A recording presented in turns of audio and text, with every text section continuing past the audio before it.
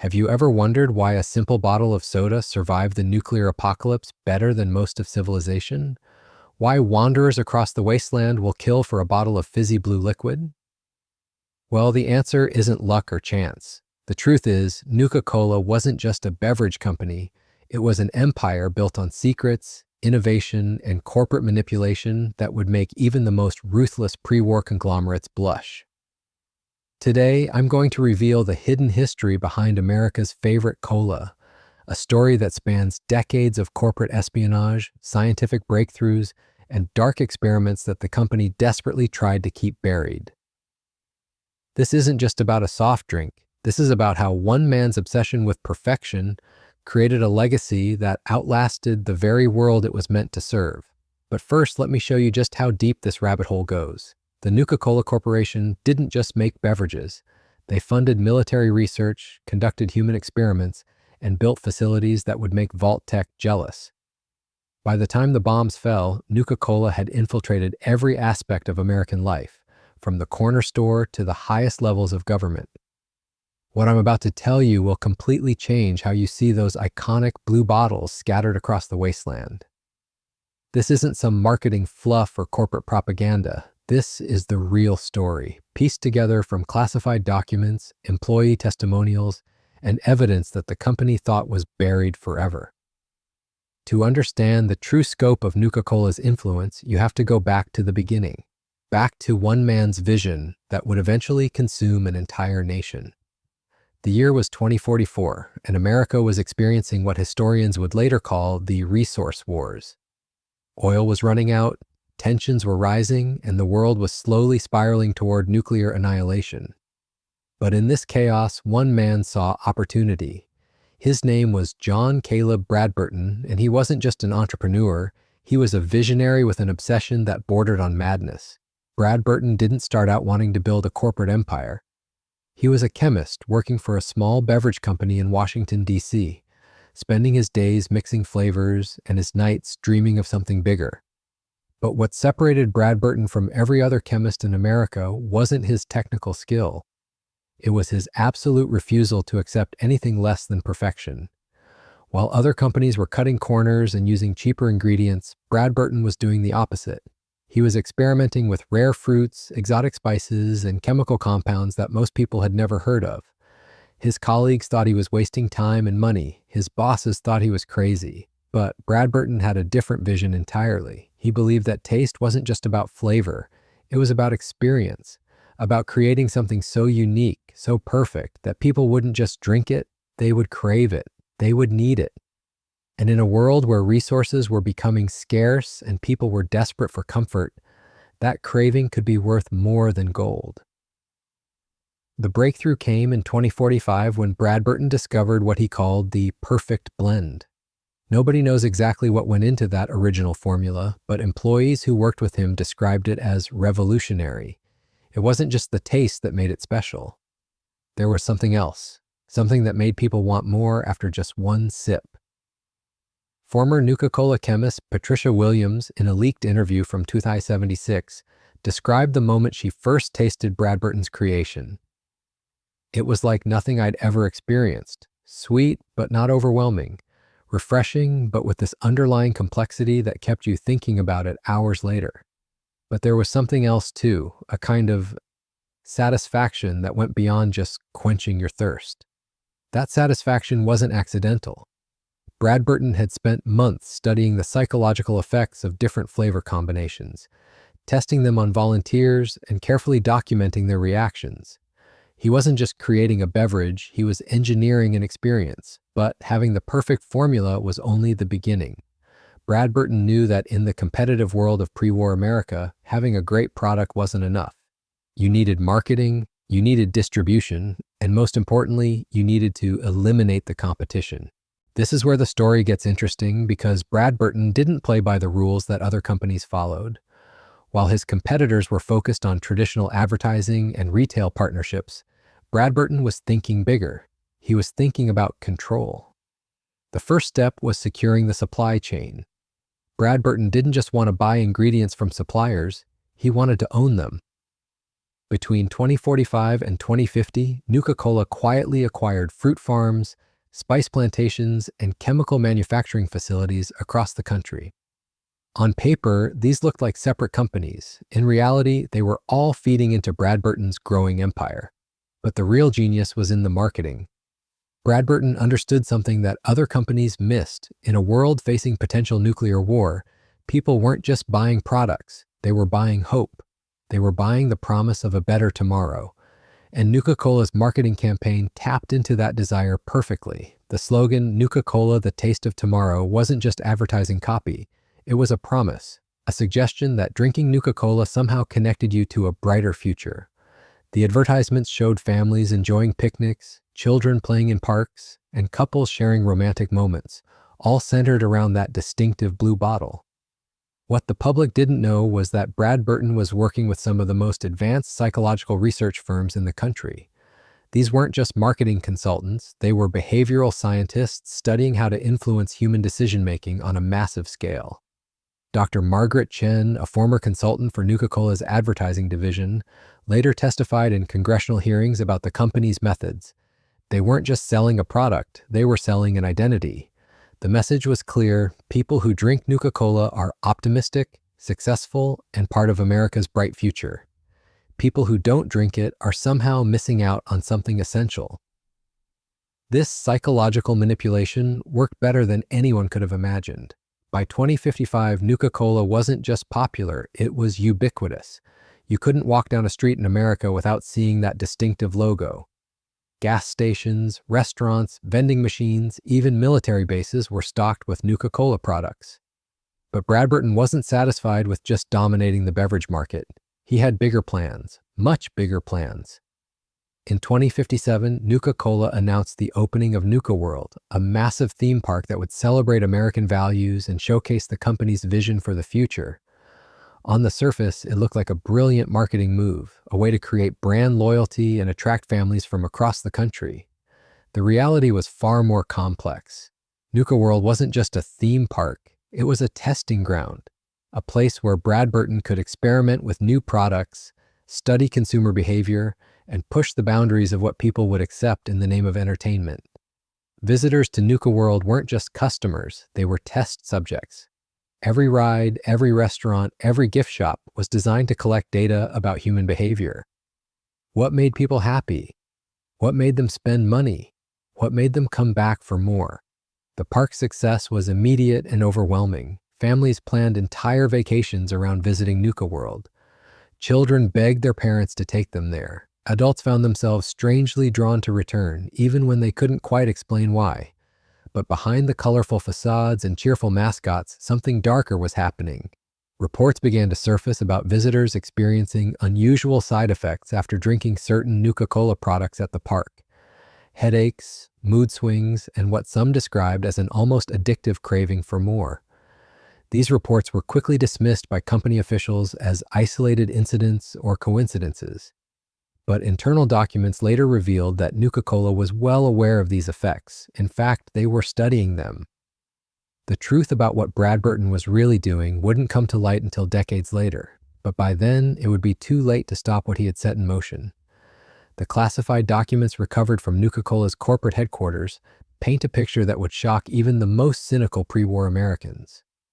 What started as a beverage company had evolved into something far more sinister. By the early 2060s, Bradburton wasn't just selling soft drinks. He was conducting experiments that would make the most unethical scientists of the era take notice. The first hint of something seriously wrong came from employees who worked in what the company called Research and Development Division 7. Most Nuka-Cola workers had never heard of this division. It didn't appear on any organizational charts. It wasn't mentioned in any company newsletters. But according to leaked personnel records, Division 7 employed over 300 scientists, psychologists, and medical researchers. Dr. James Morrison, a former biochemist who worked in Division 7 from 2061 to 2063, broke his silence in a deathbed confession recorded just weeks before the Great War. His testimony reveals the true scope of what Bradburton was attempting. We weren't just making flavored sugar water. We were engineering behavioral modification on a scale that had never been attempted before. The goal wasn't just to make people want Nuka-Cola, the goal was to make them need it. Morrison's confession details experiments that sound more like science fiction than corporate research. Teams of scientists were working on what they called neurochemical flavor enhancement, using compounds that could directly affect brain chemistry through taste receptors. Other teams were developing what internal documents referred to as dependency protocols, methods of creating genuine physical addiction to specific flavor combinations. But the most disturbing revelation was the scope of the human testing. Morrison claimed that Nuka-Cola had established partnerships with hospitals, mental health facilities, and even prisons to conduct trials on unwitting subjects. Patients receiving routine medical care were given experimental Nuka-Cola formulations without their knowledge or consent. The results were carefully documented and used to refine the company's products. The evidence for these claims remained buried in classified files until after the bombs fell. But fragments of internal communications recovered from the ruins of Nuka-Cola's headquarters confirm Morrison's story. One memo, dated September 15, 2065, discusses the successful integration of compound X7 into standard cola formulation and notes that test subjects show 73% increase in consumption frequency with minimal adverse reactions. What was compound X7? According to the documents, it was a synthetic chemical that mimicked the effects of naturally occurring neurotransmitters, specifically targeting the brain's reward pathways. In simple terms, Nuka-Cola had found a way to make their products genuinely addictive at a neurological level. The implications were staggering. Millions of Americans were consuming a product that was literally designed to create dependency. Children were developing cravings that went far beyond normal preferences. Adults were finding themselves unable to function without their daily dose of Nuka-Cola. And all of this was happening with the full knowledge and approval of the company's leadership. But Brad Burton's ambitions went even further than creating a nation of addicted consumers. Internal documents reveal that he was in contact with high-ranking military officials about something called Project Cobalt Blue. The details of this project remain largely classified, but what we do know is terrifying. General Patricia Hayes, former head of military procurement, mentioned Project Cobalt Blue in her personal diary, discovered in a Vault-Tec facility years after the war. Her entry from March 3, 2076 reads, "Met with Brad Burton again today about the military applications. The man is either a genius or completely insane, possibly both. What he's proposing could revolutionize battlefield psychology, but the ethical implications are staggering." The project apparently involved developing specialized Nuka-Cola formulations for military use, not just as refreshments for soldiers, but as tools for psychological warfare. The goal was to create beverages that could enhance aggression, reduce fear, or even influence enemy behavior if introduced into their supply lines. Field tests were conducted at military bases across the country, with soldiers unknowingly consuming experimental formulations during routine operations. The results, according to classified after-action reports, were remarkable. Units that consumed the enhanced beverages showed improved combat performance, reduced casualties, and what commanders described as unprecedented unit cohesion. But there were side effects. Soldiers reported vivid dreams, unusual mood swings, and an intense craving for the experimental beverages when they weren't available. Some developed what military psychiatrists classified as beverage dependency syndrome, becoming unable to function effectively without regular consumption of the enhanced Nuka-Cola products. The military connection explains something that had puzzled Wasteland survivors for decades: why Nuka-Cola products were so prevalent on military bases and government facilities. It wasn't just because soldiers enjoyed the taste, it was because the military had become dependent on Nuka-Cola's psychological enhancement technology. This partnership between Nuka-Cola and the military-industrial complex went far beyond simple product placement. Brad Burton had positioned his company as an essential component of America's defense strategy. By the time government officials realized the full implications of what they had unleashed, it was too late to reverse course. The evidence suggests that by 2077, nearly 40% of the American population was consuming Nuka-Cola products on a daily basis, not because they chose to, but because they had been systematically conditioned to crave them. The company had achieved something that no corporation in history had ever accomplished. They had made their product genuinely essential to the functioning of American society. But Bradburton's greatest achievement was also his greatest mistake. In his obsession with creating the perfect product, he had built a system that was completely unsustainable. The chemical compounds required for his advanced formulations were becoming increasingly expensive and difficult to obtain. The psychological manipulation techniques were beginning to fail as people developed tolerance to the effects. And most importantly, the ethical implications of his work were starting to attract unwanted attention from government regulators. By late 2076, congressional committees were beginning to investigate reports of unusual health effects associated with Nuka-Cola consumption. Whistleblowers were coming forward with stories of secret experiments and military collaborations. The company's stock price was becoming increasingly volatile as investors worried about potential lawsuits and regulatory action.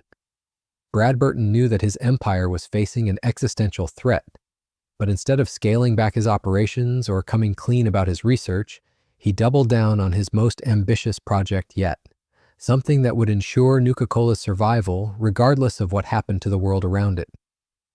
The project was called Perpetual Preservation, and it represented the culmination of everything Bradburton had learned about human psychology, chemical engineering, and corporate manipulation. If successful, it would guarantee that Nuka-Cola would outlast not just its competitors, but civilization itself. What Bradburton was planning would become clear only after the Great War had ended and survivors began exploring the ruins of his corporate empire. But by then, the damage had already been done. The seeds of his final experiment had been planted, and they would continue to grow in the radioactive soil of post-war America. The question wasn't whether Nuka-Cola would survive the nuclear apocalypse. Bradburton had made sure of that. The question was what price humanity would pay for his obsession with perfection. The answer came on October 23, 2077, when the bombs finally fell. But here's what most people don't realize about that day. Bradburton wasn't caught off guard. He had been preparing for this moment for years. While other corporate executives were scrambling to reach safety or fleeing to private bunkers, Bradburton was already sealed inside his greatest creation, a secret facility buried deep beneath Nuka World. This wasn't just any bunker, it was a marvel of pre-war engineering that made most Vault-Tec installations look primitive by comparison. The facility contained everything needed to continue Nuka-Cola production indefinitely: automated bottling plants, chemical synthesis laboratories, and enough raw materials to last centuries. But the most disturbing discovery was what survivors found in the deepest levels of the complex. Bradburton had undergone what he called perpetual preservation, a horrific procedure that kept his brain alive in a specialized life support system. Surrounded by screens displaying real-time data about Nuka-Cola distribution across the wasteland, he had become a grotesque monument to corporate obsession. For over 200 years, this preserved consciousness continued monitoring his empire's performance. Every bottle of Nuka-Cola consumed by wasteland survivors was registered in his systems. Every new flavor variation discovered was cataloged and analyzed. Even in death, Bradburton was still conducting his experiments. The scattered terminals found throughout the facility reveal the true scope of his post-war planning.